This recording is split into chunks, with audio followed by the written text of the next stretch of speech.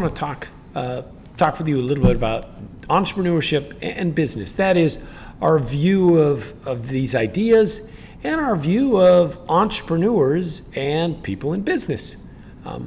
Because I'm going to argue this matters, right? And the way we view business and the way we view entrepreneurship today is not the way it used to be long ago, right? So, and this culture we have of valuing business and valuing entrepreneurship is important. We need to maintain that culture of holding business, entrepreneurship, and entrepreneurs in high esteem. And I don't mean that like we idolize them, maybe even if, maybe there's an entrepreneur who maybe is a bad person. I mean the act of being an entrepreneur, the act of being a business person, of creating a business, this idea of building and creating and selling things is a good thing. And we need to keep that view. And the best way to kind of illustrate this is to go back in history, right? So I'm going to go all the way back to ancient Greece. And in ancient Greece, their society didn't kind of value things the same way we do, right? That is probably the first and most respected way to kind of having power and influence and being esteemed in society was conquest, right? Plunder. So again, go back to read through the Iliad, the Odyssey, read those old ancient stories. Right? What did they do? They would attack people, or you could even fast forward a little bit, right? Think of the Vikings. They were always attacking and plundering, right? And so that was the way people kind of gained wealth and power. Not only would they attack a place and conquer that place, they would then take the resources from that place, whether it was gold or slaves. And so the ancient world was not exactly like our world today, okay? So first and kind of most esteemed way to kind of be an influential, powerful person was, conquest and plunder. Second actually was farming and agriculture. Being a farmer, engaging in agriculture was actually held in higher esteem in ancient Greece than being a merchant or a business person. In fact, Aristotle, very influential Greek philosopher, had a very negative view of commerce in the business world. That is, we were only supposed to engage in commerce just enough so that we had enough to live and survive. Anything beyond that was just greedy, right? We needed to kind of sit around and contemplate the good life. So ancient Rome, right? So Greece eventually kind of falls, right? We know about the Peloponnesian Wars and the Athenian Empire and Sparta and all that. Eventually kind of loses power in the Mediterranean region, and Rome comes to power. The Roman world is similar, right? So wealthy and powerful people, influential people through conquest, generals, right? Think about if you've seen either the more recent Gladiator movie or the older Gladiator movie, or maybe you know something about Roman history.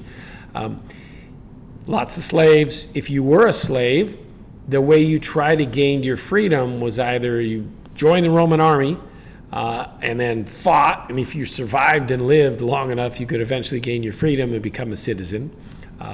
Or you could become a gladiator, and if you survived gladiator bouts and you were one of the lucky few to live, then you could kind of buy your freedom and actually become a fairly wealthy person, right? So in ancient Rome, it was the same thing. Merchants were not held in high esteem. In fact, there were a lot of examples of people who were merchants and people who were business who, once they actually became wealthy, stopped being a merchant or a business person. They actually used the money to go buy a landed estate somewhere and become a farmer, right? Because that was held in higher esteem than merchants, right? And oftentimes that was due to people's negative connotation of merchants in business. Oftentimes merchants would have been, at the time in the Mediterranean area, sailing. They might have been outsiders, or if they were bankers, right? People didn't like bankers, right? Because they might be indebted to them. So banking Being a business person, being a merchant was not held in high esteem in ancient Greece, in ancient Rome. And this matters because of how we channel our talent, our entrepreneurial energy, the things we want to do. Oftentimes we choose career paths that society likes, right? When we're little kids, we want to be firefighters or policemen or teachers or all these things we see around us that we know society values, a doctor, a nurse, something like that, right? Well, same thing back in ancient Rome, right? In ancient Greece, right? People are going to pursue careers that are valued by society, right? And so this is pretty much common throughout the world, even going through to China. So it's a great example, an interesting example. I wouldn't say it's great, interesting though. In China, 11th century. So what happened was, this is well before the Industrial Revolution, right? The Industrial Revolution in Europe starts basically in the late 1700s, right? And then kind of grows and spreads from there, and we get the beginnings of our modern world.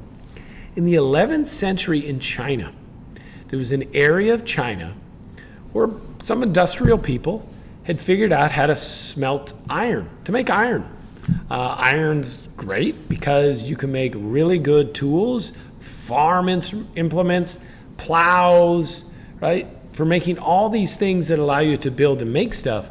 Iron is way better than trying to use stone or wood or, I guess brass or other types of things that aren't just softer metal. Iron's great, hard, very durable. And so in ancient China, there was a region that was basically having a mini industrial revolution. They were smelting iron, they were making plows, they were making shovels, they were making all these things that were increasing industry, production, and so forth in the area. Did that continue? Was this miracle economic period in China? No, right? It was stopped, it was crushed. At the time, the ruling class in China, who were called the Mandarins, had a negative view of business and of being a merchant, right?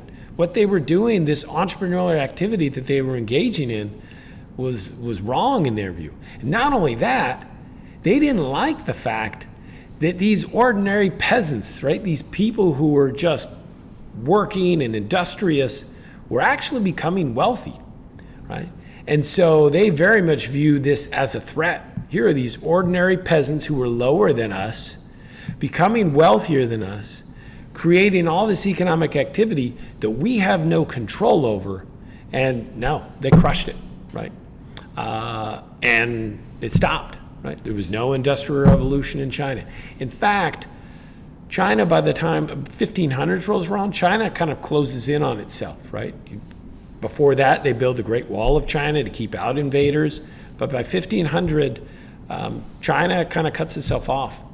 And it's actually a tragedy because by the time you get to late 1970s, when Mao Zedong, who was the communist dictator in China at that time, when he dies, at that point, China is probably one of the poorest countries in the world, right? China is terribly poor at that point, right? And it's tragic because they could have had the Industrial Revolution way before Europe had it, hundreds of years before Europe had it. But because, right, there are rules and laws in the country, despised business, despised entrepreneurship, despised industry, the ruling class didn't want peasants to become wealthier than them, they crushed it, right? So how society views business and entrepreneurship really matters, right? And in a kind of goofy, simple way, think about it today, right? Think about the types of careers we value, right? And the way to, not for shock value, but to really kind of make this distinction, right? Think about being a doctor or being a prostitute. Now, again, obviously a little bit of shock value there, right? Our society today clearly values being a doctor, right? We generally don't encourage people to go into prostitution, right? So that's what I'm getting at. We as human beings are going to pursue careers that society values, society wants, society holds in high esteem, right? And so given that our world today values business, people in business and entrepreneurs, this is a good thing, and it's really important. Now these views start to change, and again, you can just take a look at history to kind of see some of the examples. By the time we get to the Italian Renaissance, if you remember from your history classes, who were the kind of powerful and elite and the ruling families at that time? Who started to be merchants, right? Merchants and bankers and people who owned kind of merchant companies that owned ships, right? Think about Venice, think about Genoa, these early kind of Italian city-states where commerce and business and entrepreneurship are becoming more important and are now held in high esteem, right? And so these values, the way we view business and entrepreneurship starts to change in Europe. And it's during the late Middle Ages, Italian Renaissance period, until finally, by the time of the Industrial Revolution in Europe, right, being a business person, being a merchant is held in high esteem. So why does this matter? Well, it matters because we want to live in a society, at least I think we do, where people's talent and hard work is directed into industries and occupations and jobs that are beneficial for society. So this idea comes from an old economist named William Baumol, and he basically argued that, look, the rules and cultural values in a society will channel or determine the fields and areas and the activity that people do. That is, we want rules and cultural norms to encourage people to do things that society would value, that it's wealth creating, right? We don't want them doing counterproductive things, right? So the kind of easiest way to see this is, think of talented, smart people here today in the United States, the different fields and occupations they go into. And then let's take a look at, not to pick on Mexico, but let's look at the drug cartels in Mexico, right?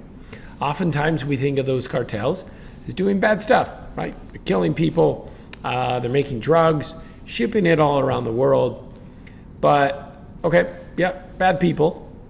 But are they talented? Yes, right? These cartels basically are producing goods. They are engaging in finance, money laundering, in fact, very sophisticated finance, because they have to run their financial operations in such a way that they actually aren't caught by authorities and people in the United States or Canada or whatever country who's trying to block and stop them and eliminate the cartel, right? So these are very sophisticated people in finance, in management, in logistics. So here are really talented people who are engaging in actions that we find awful, right? That we're just horrified of the things they do, right? So that's what I mean, is that we want to live in a society where people's talent and energy is directed in ways that are beneficial for society, right? So again, just think about the world we live in today and compare it to ancient Rome, right? In ancient Rome, entrepreneurship and business was not valued. That was a poor world, right? The average person was very poor and died young, right? And there's a reason why it was a poor world, right? People channeled their talent and energy in ways, farming was productive, but conquest, plunder, that's not really building wealth, right? Just like I talked about earlier, theft does not create wealth. Theft either transfers wealth and destroys some wealth, right? So the reason why our world today is more prosperous and the things we do in business are very beneficial is because we value these things, right? So we want to live in a world where talent and energy and our resources are channeled in such a way that it's a productive channeling of those resources. So let's draw this all to a close, right? The reason why these ideas matter is because they affect our world today. They affect our standard of living. They affect everything around us, right? We don't want to live in a world, or at least I'm pretty sure most of us don't want to live in a world where entrepreneurs and people in business are not held in high esteem, right? These people are taking risks. They're working hard. They are taking our valuable resources and making things to serve us as society, as consumers, right? Most of us probably don't want to go back in time to ancient Rome, to ancient Greece. I mean, maybe you'd like to go back just to see, as a historical thing, to see what it was like. But you probably don't want to live back then, right? Because in a world that doesn't value profit, in a world that doesn't value people in business, in a world that sees buying and selling as zero sum, in a world that sees merchants as bad people, in a world that doesn't value entrepreneurs and entrepreneurship, that's a poor world. That's a world that is poor. It's a world where people don't prosper. People don't flourish. Lives are hard and tough, right? So we always think about the Industrial Revolution and modern technology and all these things in like a very technical, scientific way. And oftentimes we forget about the ideas and the cultural attitudes that go along with it, right?